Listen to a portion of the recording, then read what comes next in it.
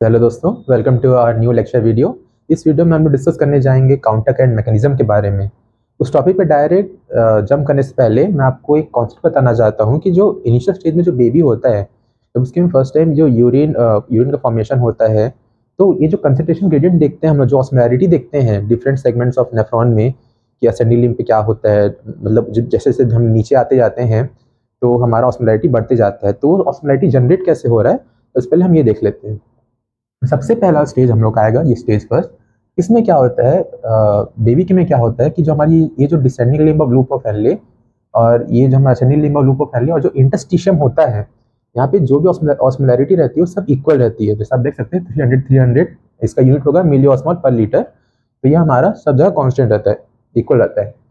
जैसे first time filtrate आया, filtrate form हुआ, फिल्ट्रेट यहाँ से एंटर किया, तो जो descending limb of loop of Henley है, ये हमारा क्या होता है, वाटर के लिए परमेबल होता है और सॉल्यूट्स के लिए क्या होता है, इम्परमेबल होता है। और जो हमारा असेंडिंग लिम्ब होता है, ये क्या होता है, हमारा सॉल्यूट्स के लिए परमेबल होता है और सॉल्वेंट्स या फिर वाटर के लिए हमारा क्या होता है, इम्परमेबल होता है।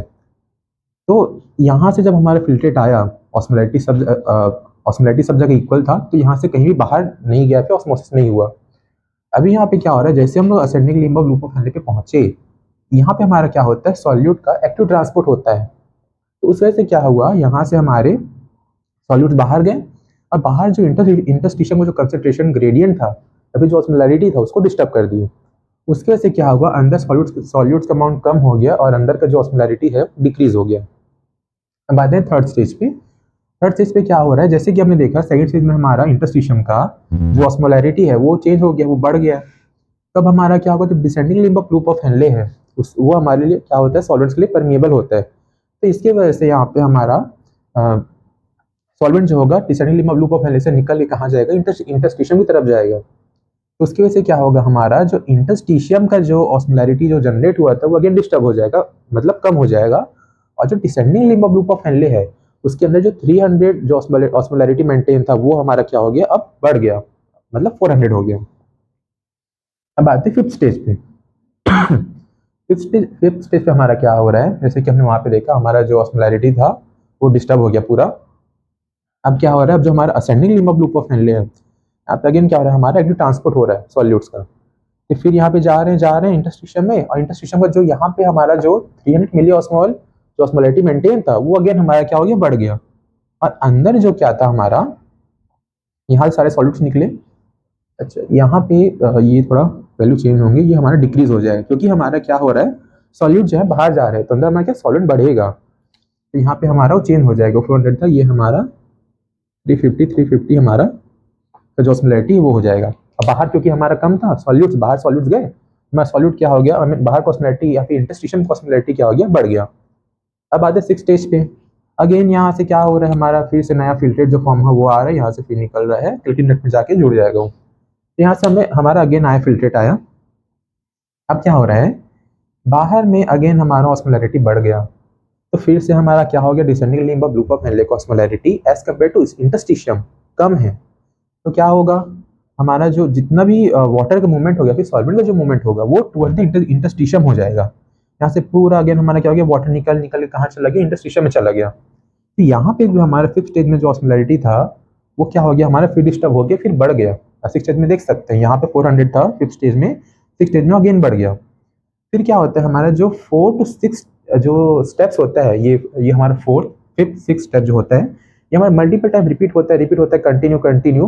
बस फाइनली जाके हमारा एक जो है, एक कांस्टेंट जो हमारा कंसंट्रेशन ग्रेडियंट या फिर ऑस्मोलैरिटी है, वो हमारा जनरेट हो जाता है। तो ये हमारा सेवन स्टेज क्या होगा, फाइनली अब हमारा ऑस्मोलैरिटी जो होगा जनरेट हो जाएगा। जैसे जैसे हम नीचे आएंगे, हमारा क्या होगा, ऑस्मोलैरिटी बढ़ते जाएगा। और जैसे जैसे फिल्ट्रेट जो होगा, वो descending limb of loop of Henley के थ्रू जब पास होकर के जब ascending limb of loop of Henley से जब ऊपर आएगा, तो अगेन हमारा ऑस्मोलैरिटी क्या होगा, धीरे धीरे फिर कम होते जाएगा। देख लेते हैं डायरेक्ट जो मेन काउंटर करंट मैकेनिज्म है वो वर्क कैसे करता है, अब हम डायरेक्ट वो देख लेते हैं। तो अब हम देख लेते हैं कि counter current mechanism actually work कैसे करता है।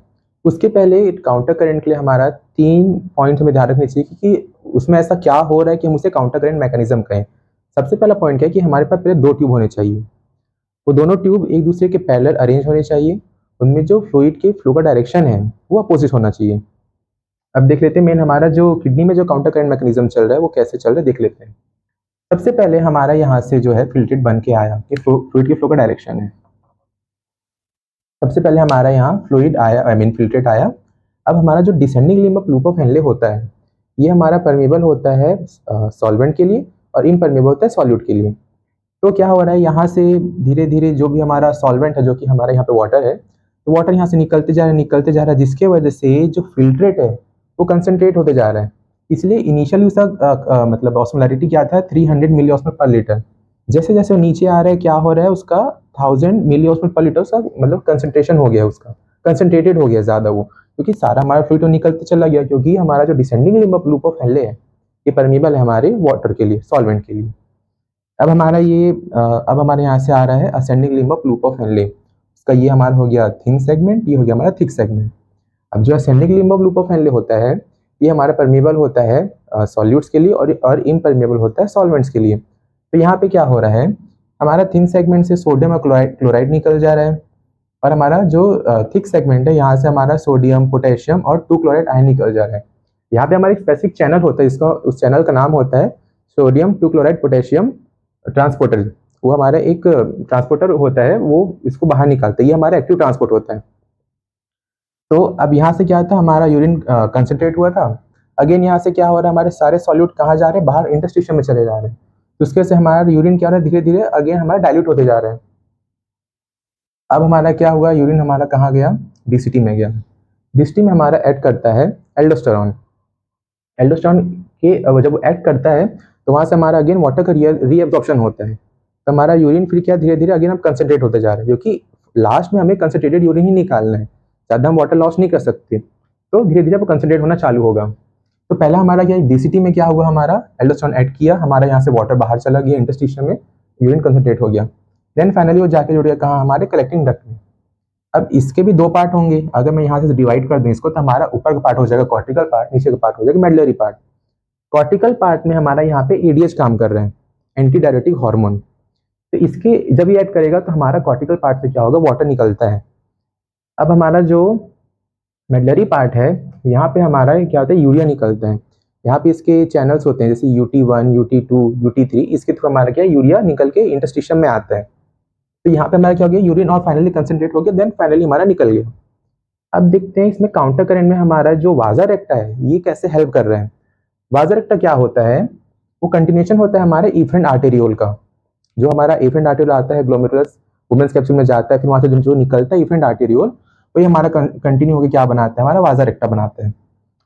तो ये जो पार्ट होगा हमारा वाजा रेक्टा का, ये होगा हमारा डिसेंडिंग लिम्ब ऑफ वाजा रेक्टा, ये होगा हमारा असेंडिंग लिम्ब ऑफ वाजा रेक्टा। तो अभी क्या है, जब हमारा जो इफरेंट आर्टेरियोल जब हमारा वुमेन्स कैप्सूल में गया था, वहाँ से सारा फिल्टर हो गया। मतलब इसमें अब जो बचा है, जो भी मतलब इस ट्यूब के अंदर जो हमारा फ्लूइड है हमारा, क्या कैसा है ये हमारा, इसमें वाटर का अमाउंट ज़्यादा है, क्योंकि सारा फिल्ट्रेट निकल चुका है, तो ये फिर डाइल्यूट है बहुत ज़्यादा। अभी हमारा क्या होता है, जो हमारा असेंडिंग लिम्ब और डिसेंडिंग लिम्ब ऑफ वाजा रेक्टा होता है, इसमें हमारे फेनेस्ट्रेशन प्रेजेंट होते हैं। फेनेस्ट्रेशन सिंपल से एक होल या फिर पोर जैसा है, जिससे हमारा सॉल्वेंट और सॉल्यूट दोनों मूव कर सकता है, दोनों पास करते हैं, दोनों एक्सचेंज हो सकते हैं। तो हमारा क्या हुआ, यहाँ से ascending limb of loop of Henley से हमारा जो यहाँ पे सॉल्यूट आके एक्यूमुलेट हो गया था। अब ये क्या है हमारा, जो हमारा डिसेंडिंग लिम्ब ऑफ वाजा रेक्टा है, इसमें हमारा सॉल्वेंट का अमाउंट ज़्यादा है। इसमें मैंने बताया कि फेनेस्ट्रेशन प्रेजेंट है। तो क्या होगा, जैसे जैसे नीचे आएगा, नीचे हमारा सॉल्यूट का कंसंट्रेशन ज़्यादा है, तो क्या होगा, वाटर मूवमेंट इंटरस्टिशियम की तरफ हो जाएगा। और क्योंकि अंदर वाटर ज़्यादा है, तो जो हमारा बाहर जो इंटरस्टिशियम जो सॉल्यूट है, वो हमारा अंदर चले जाएगा, किसके, डिसेंडिंग लिम्ब ऑफ वाजा रेक्टा के। तो यहाँ पे हमारा सॉल्यूट और सॉल्वेंट दोनों का एक्सचेंज हो गया। अब वो वाजा रेक्टा धीरे धीरे नीचे आया। जो यहाँ पे जो लूप बनाता है, यहाँ लूप पे कोई फेनेस्ट्रेशन प्रेजेंट नहीं होते, इसीलिए लूप पे हमारा कोई भी तरीके का कोई भी एक्सचेंज नहीं होता है। अब क्योंकि हमारा जो डिसेंडिंग लिम्ब से जब हमारा फिल्ट्रेट आया था, descending limb of loop of Henley से सारा पानी निकल गया, तो जो यहाँ इंटरस्टिशियम में जो हमारे ऑस्मोलैरिटी मेंटेन हुआ था वो तो डिस्टर्ब हो गया, क्योंकि वहाँ पे हमारा जो ऑस्मोलैरिटी मेंटेन हुआ था सब पानी गया, उस इंटरस्टिशियम में ज़्यादा डाइल्यूशन हो गया, तब उसको मेंटेन करना पड़ेगा दोबारा। तो क्या हो रहा है, यहाँ पे जो सॉल्यूट अंदर गया और सॉल्वेंट बाहर आ गया, इंटरस्टिशियम से सॉल्यूट कहाँ गया अंदर, हमारे डिसेंडिंग लिम्ब ऑफ वाजा रेक्टा पे, और डिसेंडिंग लिम्ब ऑफ वाजा रेक्टा से हमारा सॉल्वेंट वाटर है वो निकल के कहाँ आ गया, हमारे इंटरस्टिशियम में। क्योंकि यहाँ पे एक्यूमुलेशन हो गया था किसका, हमारे सॉल्यूट का, तो उसको मेंटेन करना था, तो वाटर आके थोड़ा सा डाइल्यूशन हो गया और वो उसका वापस ऑस्मोलैरिटी जो नॉर्मल स्टेट था वो हमारा मेंटेन हो गया। अब जो यहाँ पे गड़बड़ाया है हमारा डिसेंडिंग लिम्ब पर, इसको मेंटेन करना है, तो भाई यहाँ से आया हमारा डिसेंडिंग लिम्ब ऑफ वाजा रेक्टा, अब आ रहा है हमारा ये असेंडिंग लिम्ब ऑफ वाजा रेक्टा। इसमें फ्लो का, इसमें जो फ्लूइड का डायरेक्शन होगा फ्लो का, हमारा यहाँ से होगा, नीचे नीचे आएगा, देन हमारा ऐसा ऊपर जाएगा, ठीक है। इसके जस्ट अपोजिट हो रहा है हमारा फ्लूइड के फ्लो का डायरेक्शन। यहाँ पे आया, अब क्या हो रहा है, इसके असेंडिंग लिम्ब में भी, असेंडिंग लिम्ब ऑफ वाजा रेक्टा में भी हमारे फेनेस्ट्रेशन प्रेजेंट है। तो क्या हो रहा है, क्योंकि यहाँ से हमारा descending limb of loop of Henley से वाटर निकला था, मतलब इंटरस्टिशियम में अभी हमारा पानी ज्यादा है, डाइल्यूट ज्यादा है, और क्योंकि हमारा डिसेंडिंग लिम्ब ऑफ वाजा रेक्टा से पानी already near the ascending limb of loop of Henley निकल चुका है, मतलब अब असेंडिंग लिम्ब ऑफ वाजा रेक्टा में हमारा पानी का अमाउंट कम है, सॉल्यूट ज्यादा भरा हुआ है। तो अब यहाँ पे क्या होगा, वो दोनों के बीच एक्सचेंज होगा, इंटरस्टिशियम पानी ज्यादा, अंदर क्या है, पानी कम, तो पानी क्या होगा, इंटरस्टिशियम से चला गया किसमें, हमारे असेंडिंग लिम्ब ऑफ वाजा रेक्टा में, और असेंडिंग लिम्ब ऑफ वाजा रेक्टा में हमारा सॉल्यूट ज्यादा था, सॉल्वेंट कम था। बाहर हमारा क्या था, इंटरस्टिशियम में सॉल्वेंट ज्यादा हो गया था क्योंकि हमारे डिसेंडिंग लिम्ब से सारे वाटर निकल गया था।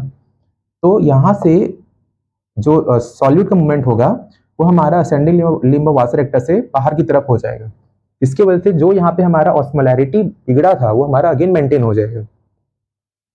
तो इस तरीके से टोटल हमारा जो काउंटर करंट मैकेनिज्म है ये कंप्लीट होता है, ये हमारा ऐसा मैकेनिज्म वर्क करता है। इसमें ध्यान रखने वाला बात क्या है कि हमारा जो सोडियम का एक्सचेंज होकर उसे दोबारा इंटरस्टिशियम में लाना, इसमें हमारा मेन इन्वॉल्व होता है हमारा वाजा रेक्टा।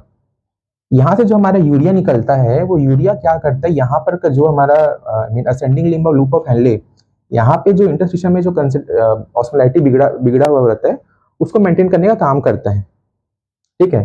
तो यूरिया यहाँ पे आता है, यहाँ से निकला हमारे कलेक्टिंग डक्ट से यूरिया निकला, अगेन वो रीअब्सॉर्ब हो जाएगा कहाँ पे, हमारे मतलब थिन पार्ट ऑफ हमारे ascending limb of loop of Henley में, देन अगेन वो यहाँ से रिसाइकल होकर ऐसा बार बार कंटिन्यू एक साइकिल चलेगा, बस वो हमारे बाहर के एक ऑस्मोलैरिटी या फिर कंसंट्रेशन ग्रेडियंट को मेंटेन करने में आपका काम करता है।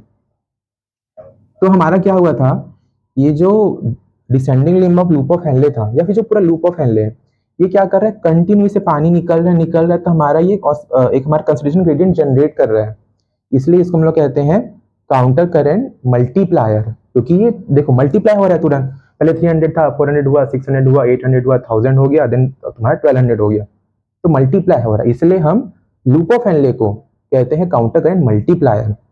जो हमारा वाजा रेक्टा है ये क्या कर रहा है, ऑस्मोलैरिटी को मेंटेन कर रहा है हर तरफ, इसलिए इसको कहते हैं काउंटर करंट एक्सचेंजर, क्योंकि ये सॉल्यूट्स का सॉल्वेंट का एक्सचेंज करके इधर को पूरा मेंटेन कर रहा है ऑस्मोलैरिटी को। तो हमारा वाजा रेक्टा क्या हो जाएगा, काउंटर करंट एक्सचेंजर। तो इसी के साथ दोस्तों जो हमारा काउंटर करंट जो मैकेनिज्म है ये हमारा कंप्लीट होता है। ये मैंने जो आपको बताया ये हमारा किडनी में हो रहा है। अभी हम अदर साइड्स देख लेते हैं हमारे बॉडी में जहाँ हमें काउंटर करंट देखने को मिलता है। एक तो होता है हमारा स्किन में, दूसरा होता है टेस्टिस में, और तीसरा हमको देखने को मिलता है इंटेस्टाइनल विलाय में। इंटेस्टाइनल विलाय में उसका काम होता है एब्जॉर्प्शन का, और टेस्टिस और स्किन में उसका काम होता है थर्मोरेगुलेशन का। तो पूरा हमारा टॉपिक कंप्लीट होता है। तो बहुत बहुत आपका धन्यवाद, आपने यहाँ तक टिके रहे, देखिए पूरा वीडियो को। इस वीडियो को आप लाइक करें, शेयर करें, सब्सक्राइब करें। अगर आपको कुछ भी डाउट्स हैं उसमें आप ज़रूर कमेंट में पूछिए, और आपको किसी अदर टॉपिक की वीडियो चाहिए तो आप उससे बोलिए, हम स्पेसिफिक उस पर भी डायरेक्ट वीडियो बनाएंगे। और मैं थोड़ा भी सॉरी बोलना चाहूँगा कि हमारा जो कंटेंट है ये अपलोड होने में थोड़ा हम टाइम ले रहे हैं। हम इससे क्वालिटी को इम्प्रूव करने में लगे हैं, कॉन्सेप्ट बनाने में अभी लगे हुए हैं। अब जल्द ही हमारा ये जो है वीडियोस हम लोग कंटिन्यू डालेंगे। आपको अभी और भी टॉपिक्स वीडियो देखने को मिलेगा। आई मीन जैसे अभी हम फिजियोलॉजी भी लाएंगे, बायोकेमिस्ट्री भी करेंगे, एनाटॉमी तो खैर कंटिन्यू हो ही रहा है, एम्ब्रियोलॉजी भी अभी आने ही वाला है जल्दी। तो बस सपोर्ट करिए हमारा, और आपका बहुत बहुत धन्यवाद वीडियो देखने के लिए।